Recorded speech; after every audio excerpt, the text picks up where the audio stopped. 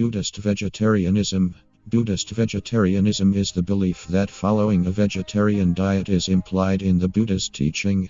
In Buddhism, however, the views on vegetarianism vary between different schools of thought. According to Theravada, the Buddha allowed his monks to eat pork, chicken and fish if the monk was aware that the animal was not killed on their behalf. The Mahayana schools generally recommend a vegetarian diet. According to some sutras, the Buddha himself insisted that his followers should not eat the flesh of any sentient being. Monks of the Mahayana traditions that follow the Brahma Net Sutra are forbidden by their vows from eating flesh of any kind. Early Buddhism. The earliest surviving written accounts of Buddhism are the Edicts of Asoka, written by King Asoka, a well-known Buddhist king who propagated Buddhism throughout Asia and is honored by both Theravada and Mahayana schools of Buddhism. The authority of the Edicts of Asoka as a historical record is suggested by the mention of numerous topics omitted, as well as corroboration of numerous accounts found in the Theravada and Mahayana Tripitakas written down centuries later.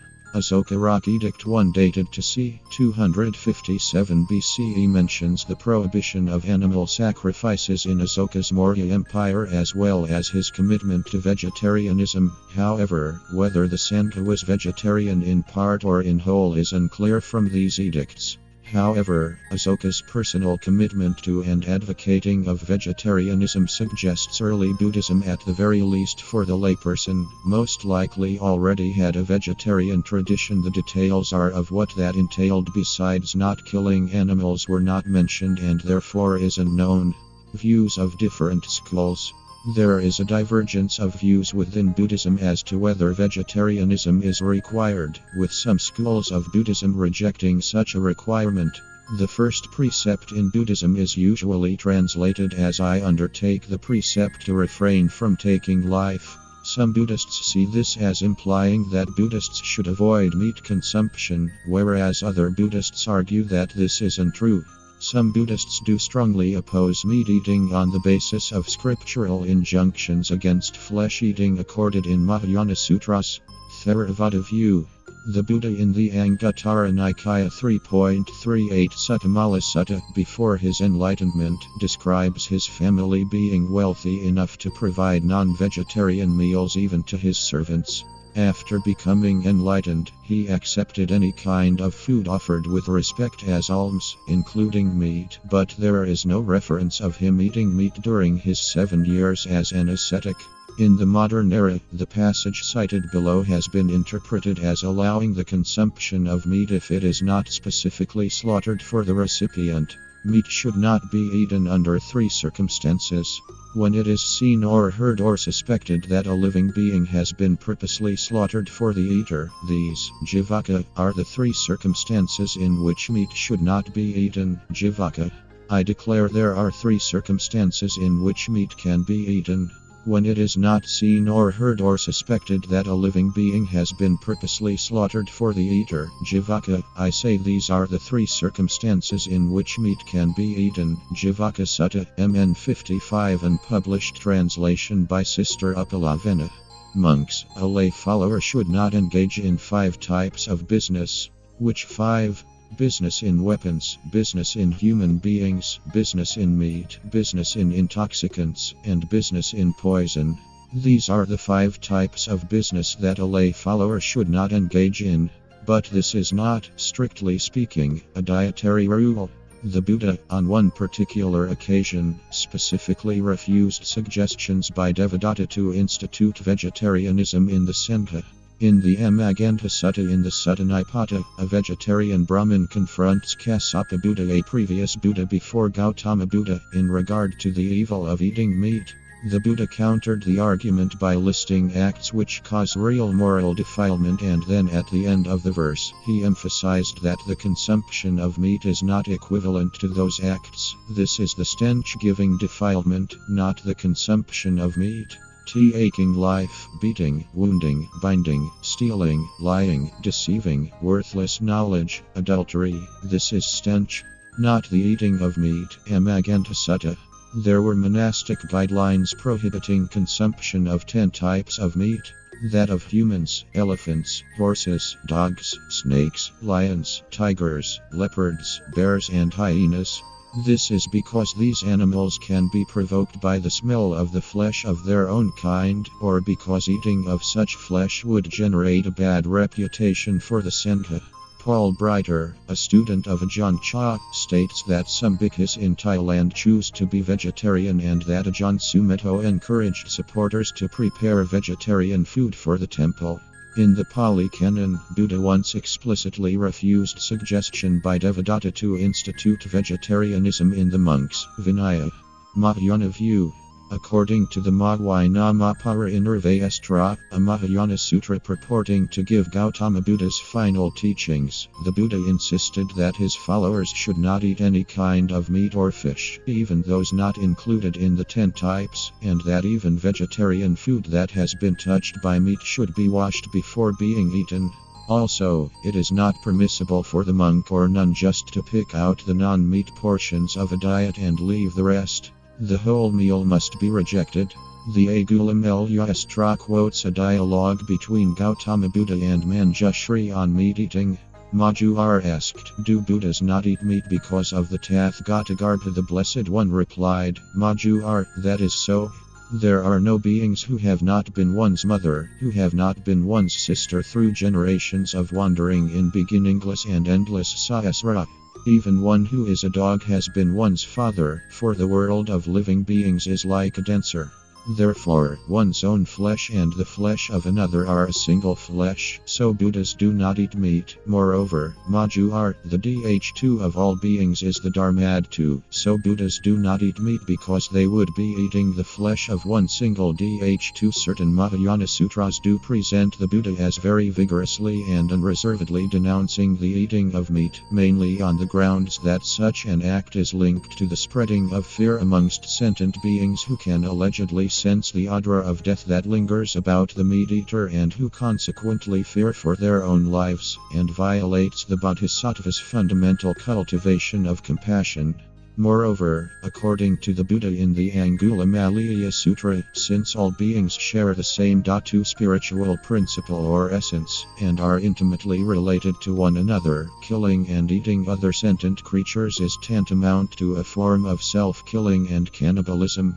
The sutras which inveigh against meat eating include the Nirvana Sutra, the Shurangama Sutra, the Brahmayala Sutra, the Angulimala Sutra, the Mahamegha Sutra, and the Lankavatara Sutra, as well as the Buddha's comments on the negative karmic effects of meat consumption in the Karma Sutra. In the Mahayana Mahaparinirvana Sutra, which presents itself as the final elucidatory and definitive Mahayana teachings of the Buddha on the very eve of his death, the Buddha states that the eating of meat extinguishes the seed of great kindness, adding that all and every kind of meat and fish consumption, even of animals found already dead, is prohibited by him. He specifically rejects the idea that monks who go out begging and receive meat from a donor should eat it. It should be rejected. I say that even meat, fish, game, dried hooves and scraps of meat left over by others constitutes an infraction. I teach the harm arising from meat eating. The Buddha also predicts in this sutra that later monks will hold spurious writings to be the authentic Dharma and will concoct their own sutras and falsely claim that the Buddha allows the eating of meat, whereas he says he does not. A long passage in the Lankavatara Sutra shows the Buddha speaking out very forcefully against meat consumption and unequivocally in favor of vegetarianism, since the eating of the flesh of fellow sentient beings is said by him to be incompatible with the compassion that a bodhisattva should strive to cultivate. This passage has been seen as questionable. In a translation by D.T. Suzuki, a note is made that this chapter on meat eating is another later addition to the text, which was probably done earlier than the Theravada chapter. It is quite likely that meat eating was practiced more or less among the earlier Buddhists, which was made a subject of severe criticism by their opponents. The Buddhists at the time of the Lankavatara did not like it, hence this addition in which an apologetic tone is noticeable. In several other Mahayana scriptures, e.g., the Mahayana Jatakas, the Buddha is seen clearly to indicate that meat eating is undesirable and karmically unwholesome. Some suggest that the rise of monasteries in Mahayana tradition to be a contributing factor in the emphasis on vegetarianism. In the monastery, food was prepared specifically for monks. In this context, large quantities of meat would have been specifically killed for monks. Henceforth, when monks from the Indian geographical sphere of influence migrated to China from the year 65 CE on, they met followers who provided them with money instead of food. From those days onwards, Chinese monastics and others who came to inhabit northern countries cultivated their own vegetable plots and bought food in the market. This remains the dominant practice in China, Vietnam, and part of Korean Mahayanan temples. Mahayana lay Buddhists often eat vegetarian diets on the vegetarian dates. There are different arrangement of the dates, from several days to 3 months in each year. In some traditions, the celebration of the Bodhisattva Avalokitesvara's birthday, enlightenment, and leaving home days hold the highest importance to be vegetarian. Varayana. Some Varayana practitioners both drink alcohol and eat meat. Many traditions of the Gana Chakra, which is a type of Panchamakara puja, prescribe the offering and ingestion of meat and alcohol, although this practice is now often only a symbolic one, with no actual meat or alcohol ingested. One of the most important Turgenes of Tibet, Jigme Lingpa, wrote of his great compassion for animals. Of all his merit-making, Jigme Lingpa was most proud of his feelings of compassion for animals. He says that this is the best part of his entire life story. He writes of his sorrow when he witnessed the butchering of animals by humans. He often bought and set free animals about to be slaughtered, a common Buddhist act. He changed the perception of others when he once caused his followers to save a female yak from being butchered, and he continually urged his disciples to forswear the killing of animals. In the life of Shabkar, the autobiography of a Tibetan yogin, Shabkar Tsakdrik Rangdril wrote, "Above all, you must constantly train your mind to be loving, compassionate, and filled with bodhisattva. You must give up eating meat, for it is very wrong to eat the flesh of our parent sentient beings." The 14th Dalai Lama and other esteemed lamas invite their audiences to adopt vegetarianism when they can. When asked in recent years what he thinks of vegetarianism, the 14th Dalai Lama has said, "It is wonderful. We must absolutely promote vegetarianism." The Dalai Lama tried becoming a vegetarian and promoted vegetarianism. In 1999, it was published that the Dalai Lama would only be vegetarian every other day and partakes of meat regularly. When he is in Dharamsala, he is vegetarian, but not necessarily when he is outside Dharamsala. Paul McCartney has taken him to task for this and wrote to him to urge him to return to strict vegetarianism, but the Dalai Lama replied to me, saying that his doctors had told him he needed meat, so I wrote back saying they were wrong. Tenzin Wangyal Rinpoche became vegetarian in 2008. Arjia Rinpoche became vegetarian in 1999.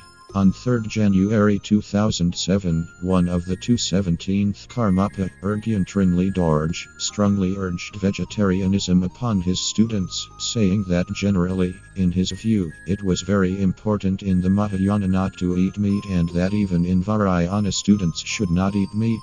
There are many great masters and very great realized beings in India, and there have been many great realized beings in Tibet also, but they are not saying, "I'm realized, therefore I can do anything, I can eat meat and drink alcohol." It's nothing like that. It should not be like that. According to the Kagyupa school, we have to see what the great masters of the past lamas of Kagyupas, did and said about eating meat. The Drikung Shakpa SP. Rinpoche, master of Drikungpa, said like this: "My students, whomever are eating or using meat and calling it tsakra or tsak, then these people are completely deserting me and going against the Dharma." I can't explain each of these things, but he said that anybody that is using meat and saying it is something good, this is completely against the Dharma and against me, and they completely have nothing to do with Dharma. He said it very, very strongly. Common practices. Theravada. In the modern world, attitudes toward vegetarianism vary by location. In Sri Lanka and the Theravada countries of Southeast Asia, monks are obliged by the Vinaya to accept almost any food that is offered to them, including meat unless they suspect the meat was slaughtered specifically for them. Chinese, Korean, Vietnamese, and Taiwanese traditions. In China, Korea, Vietnam, Taiwan and their respective diaspora communities, monks and nuns are expected to abstain from meat and, traditionally, eggs and dairy, in addition to the fetid vegetables traditionally garlic, Allium chinense, asafoetida, shallot, and Allium victorialis victory onion or mountain leek, although in modern times this rule is often interpreted to include other vegetables of the onion genus, as well as coriander. This is called pure vegetarianism. CHNS.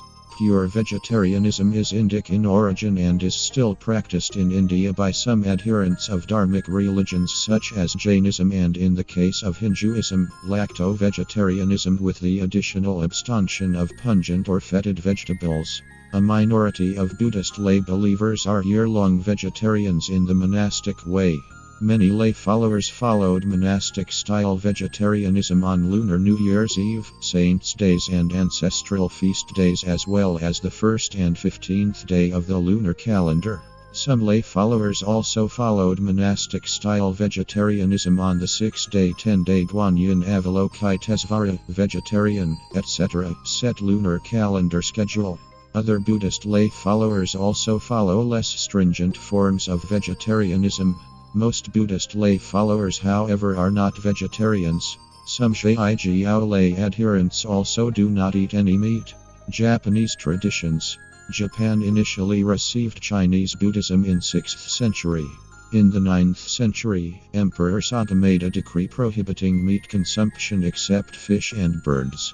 This remained the dietary habit of Japanese until the introduction of European dietary customs in the 19th century. Citation needed. Again around the 9th century, two Japanese monks Keikai and Seiichi introduced Vajrayana Buddhism into Japan, and this soon became the dominant Buddhism among the nobility. In particular, Seiichi, who founded the Tendai sect of Japanese Buddhism, reduced the number of Vinaya code to 66. Enkai. During the 12th century, a number of monks from Tendai sects founded new schools Zen, Pure Land, and de-emphasized vegetarianism. Nichiren Buddhism today likewise de-emphasizes vegetarianism. However, Nichiren himself practiced vegetarianism. Citation needed. Zen does tend generally to look favorably upon vegetarianism.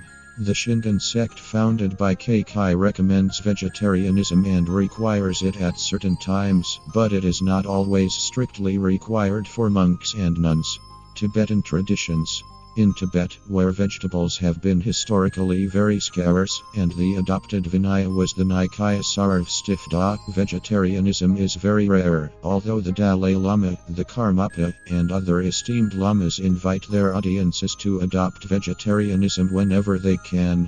Chatril Rinpoche in particular stated that anyone who wished to be his student must be vegetarian. Contradictory to the compassionate Tibetan Buddhist traditions in which a sanctity of life, both human and animal, is cherished, meat is often consumed as a form of sustenance due to lack of vegetation readily available. For example, Tibetan medicine emphasizes the necessity to acquire and sustain a balance between the bodily fluids of wind Rlung, phlegm bad can, and bile mkhns, in which a meatless diet would disturb and eventually led to fatigue. The 18th century Tibetan religious leader Jigme Lingpa suggested that Tibetan Buddhists who wish to consume meat but also do not want to sacrifice their religious beliefs should recite a prayer over their plate of meat in order to purify it before it is consumed. This is said to create a favorable interconnection between the consumer and the animal, assisting it to attain a finer rebirth.